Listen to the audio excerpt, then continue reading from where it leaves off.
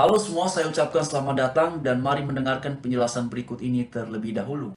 Kita tidak boleh membiarkan sikap yang dilandasi pikiran picik ini terus berkembang. Pemerintah dan DPRD harus bersikap tegas melindungi hak warga untuk mengembangkan lembaga pendidikan yang beragam, termasuk pendidikan yang membawa simbol-simbol agama. Sikap DPRD yang dengan begitu saja menetapkan perintah penghentian pembangunan sekolah tersebut menunjukkan ketidakpantasan sikap para wakil rakyat itu. DPRD seharusnya tunduk pada konstitusi dan bukan pada tekanan kelompok-kelompok masyarakat yang mengajukan tuntutan atas dasar alasan yang tidak dapat diterima. DPRD seharusnya menyatakan kepada para pemuka gerakan massa bahwa mereka wajib melindungi hak asasi warga untuk mengembangkan lembaga pendidikan. DPRD seharusnya mencerahkan mereka bahwa pembangunan sebuah sekolah Kristen tidak perlu menimbulkan konflik sosial. Sebagaimana namanya, sebuah sekolah didirikan dengan tujuan mencerdaskan anak didik di negara kita. Sekolah-sekolah Kristen sudah berpuluh tahun dikembangkan di Indonesia. Banyak dari sekolah berkualitas terbaik di Indonesia adalah sekolah-sekolah Kristen. Dan di berbagai wilayah di mana sekolah Kristen berdiri, tidak ada benturan agama terjadi, kecuali kalau memang diprovokasi. DPRD Parepare seharusnya tidak begitu saja tunduk pada tekanan massa. Memang tentu dipahami bahwa para anggota DPRD saat ini membutuhkan suara masyarakat yang akan berbondong-bondong datang ke TPS Februari tahun depan. Mereka mungkin takut kalau mereka tidak memenuhi tuntutan massa, mereka akan kehilangan pendukung dalam pemilihan legislatif. Tapi pertimbangan pragmatis itu seharusnya tidak dilakukan dengan mengorbankan hak asasi rakyat yang ingin mengembangkan lembaga pendidikan dan mengancam keutuhan bangsa. DPRD Parepare harus malu membiarkan penindasan hak asasi manusia ini terjadi. Kita harus dukung agar sekolah Kristen Gamaliel bisa berdiri. Tapi di ujung seruannya dia bilang, kalau ada yang membangun sekolah Kristen di wilayah yang penduduk mayoritasnya beragama Islam, maka itu adalah bentuk tidak toleran.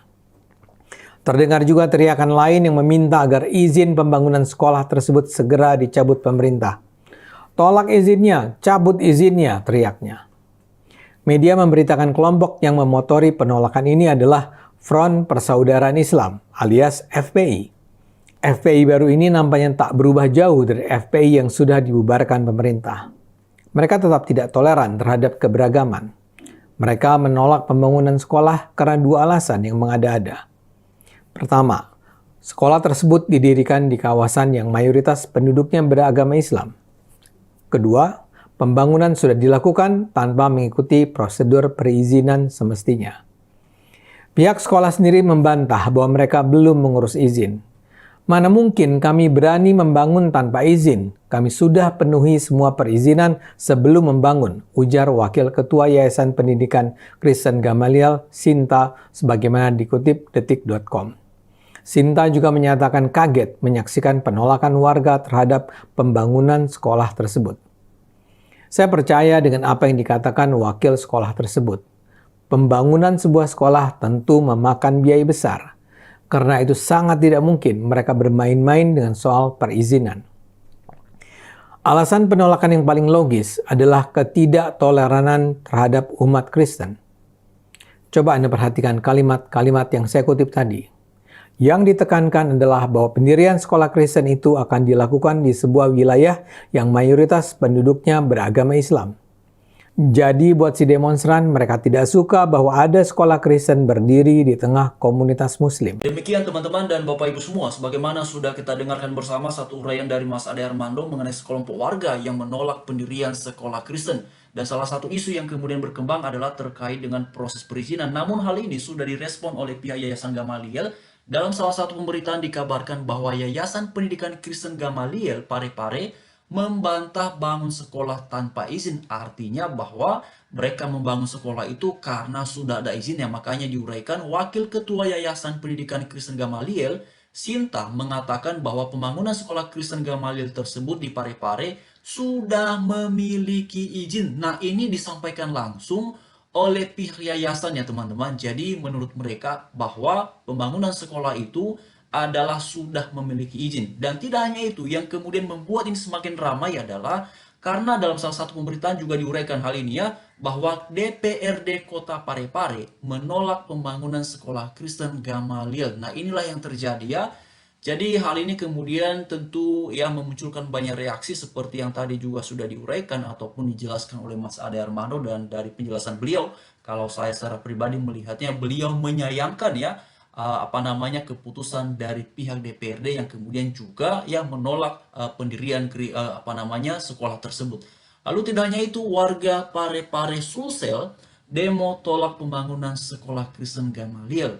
Jadi itu dia ya, bahkan juga ada pembahasan terkait dengan DPRD Parepare sepakat ya cabut izin pembangunan sekolah Kristen Gamaliel Soreang. Jadi itu dia yang terjadi, sahabat-sahabat semuanya, dan bagaimana tanggapan ataupun respon para sahabat semua terkait dengan hal yang seperti ini. Tapi sebenarnya yang menjadi pertanyaannya adalah, ada apa sih sebenarnya?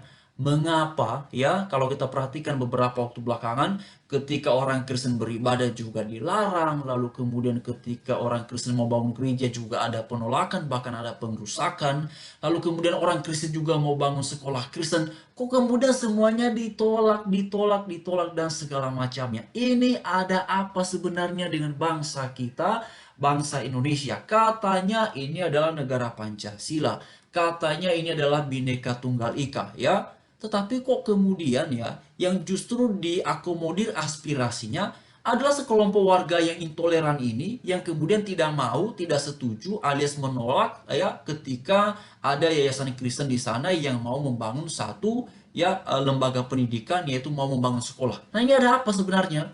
Ya, kenapa juga pada akhirnya yang justru ya namanya DPRD ini, teman-teman Bapak Ibu semuanya, kita ini negara beragama ya, bukan negara agama ya. Jadi DPRD ini kan ya menjadi wakil masyarakat, menjadi wakil rakyat tanpa memandang background agama, ya tanpa memandang suku dan segala macamnya. Posisinya adalah wakil rakyat. Dan seharusnya sebagai wakil rakyat, ya tugasnya adalah ya mengakomodir semua aspirasi masyarakat, bukan justru ya mengakomodir tetapi kemudian merugikan pihak yang lain. Nah justru saya secara pribadi melihat bahwa apa yang kemudian terjadi dan keputusan tersebut ya ini hanya mengabulkan ya permintaan ataupun aspirasi sepihak saja. Bagaimana dengan pihak yayasan yang kemudian berkeinginan ataupun berkerinduan untuk membangun sekolah? Ya aspirasi mereka bahkan dikatakan tadi juga sudah berizin ya, mereka sudah memiliki izinnya, tetapi pada akhirnya tetap saja ditolak. Nah itu yang kemudian menjadi tanda tanya besar ya. Ada apa ini sebenarnya di balik dari semuanya ini? Kenapa kok sepertinya kalau melihat terkait dengan simbol-simbol Kristen ya, ibadah Kristen, nampaknya hatinya ya beberapa kelompok warga ya yang sudah kita perhatikan yang viral-viral beberapa waktu yang lalu itu ya, ya kalau melihat mengenai simbol-simbol Kristen namanya nampaknya langsung gelisah ya, lalu kemudian lihat ibadah Kristen juga gelisah, orang Kristen juga mau bangun sekolah juga gelisah ya.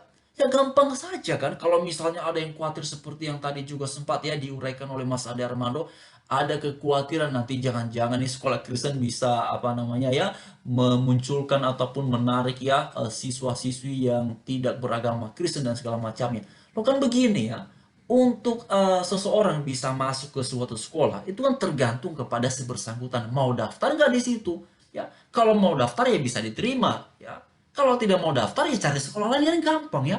Apa sih sebenarnya yang kemudian dikhawatirkan oleh orang-orang ini ya? Ya, terutama oleh orang-orang intoleran ini, teman-teman ya. Waduh, memang ini sudah mengerikan sekali ya.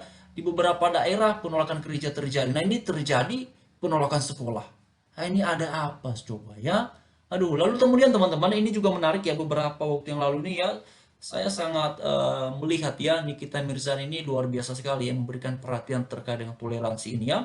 Bahkan dia ini juga dalam salah satu pemberitaan dikatakan bahwa sebut tak punya dosa karena pernah umroh ya, sebut tak punya dosa karena pernah umroh. Nikita Mirzani kepikiran bangun gereja. Oh, luar biasa saudara-saudara ya. Lalu kemudian juga ada soal pemubaran ibadah gereja di Lampung. Nikita Mirzani colek Jokowi, jangan diam aja. Ini dia teman-teman ya. Mengenai apa yang kemudian terjadi di Parepare ini juga ya, kita belum tahu nih bagaimana nanti respon terkait ya hal ini, terutama oleh pemerintah ya melalui Menteri Pendidikan ya. Apakah kemudian bakalan bersuara Apa kemudian bakal memberikan respon terkait dengan penolakan tersebut? Karena apalagi ini ya DPRD-nya juga ikut menolak. Waduh, ini bagaimana ya? Saudara dan saudari semuanya, bagaimana tanggapan ya? Silakan berikan ya ataupun sampaikan di kolom komentar yang tersedia. Tetapi harapannya adalah mari kita menyampaikan opini ataupun gagasan yang bersifat konstruktif ya, yang bersifat membangun agar pada akhirnya ini bisa terrealisasi untuk dibangun ya. Ya, agar bisa pada akhirnya terrealisasi untuk dibangun karena sangat disayangkan sekali loh Bapak Ibu ya, teman-teman semua. Ini saya pikir yayasan ini berupaya ya untuk ikut ambil bagian ya dalam rangka mencerdaskan bangsa, mencerdaskan generasi bangsa. Ya kalau pada akhirnya karena ini adalah coraknya adalah sekolah agama Kristen, ya gampang saja kalau yang bukan Kristen ya nggak usah sekolah di situ. Biarkan warga-warga Kristen menyekolahkan putra-putrinya di situ.